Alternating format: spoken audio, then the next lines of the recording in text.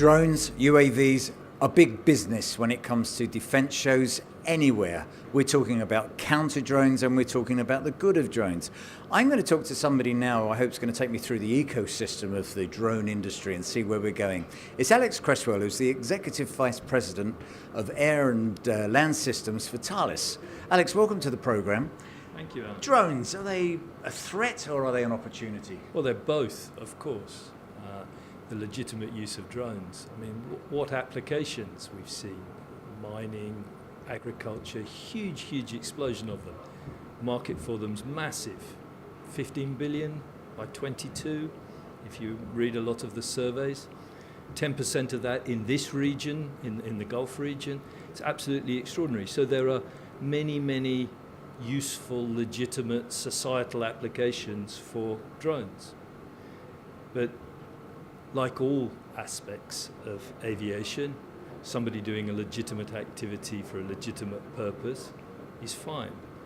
Somebody doing an activity for an unknown purpose, a little more of a concern, or a potential threat, a potential danger. And I think the drones are all those things. So with Thales, in your position, where do you fit into the whole drone question? Well, we have a significant business, the world-leading business in air traffic management. And this is one of the most significant areas where the point between regulation and the useful application of drones meets. Because the great majority of these objects will be flying in what they call the low airspace, a few hundred meters of altitude, which at the moment is not controlled airspace. It's a very immature regulation environment. So what we're talking about and where we come at this is principally from what would be the air traffic control of all these unmanned objects in low airspace. Also, in the business for which I'm responsible, we do a lot of work on sensors, radar sensors, optical sensors, and these have a part to play in detecting and identifying drones where they're perhaps not being used for legitimate purposes. And so where do you see, when you're talking about the air traffic management systems that you're very much involved in, military is very much involved in that. Do you see drones as being a civil issue or a military issue? Oh, it's very much both.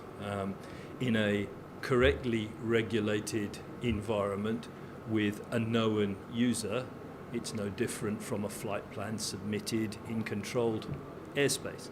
The problem is, so far we have not enough regulation in not enough usable ways. Now, I'll give you an example.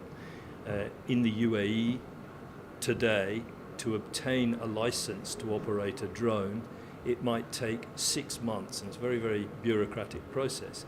And clearly people won't use drones the right way if it takes 6 months to get a license to do that. So the way that the regulations are implemented has to become much simpler.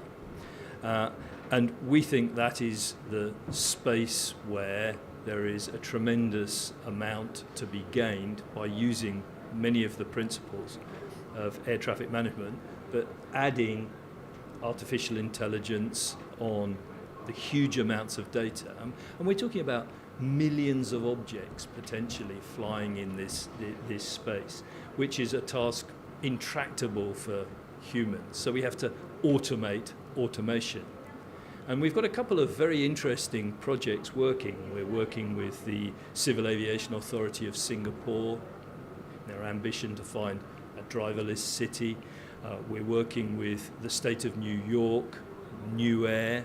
We're one of the relatively few companies who has the ability to issue a flight permit for a drone from the Federal Aviation Authority, and numerous other projects around the world using these air traffic control techniques to automate the low airspace. So I take it from that, you're confident that drones are here to stay? Drones are here to stay for sure. Great. Alex, thank you very much for joining us on the programme.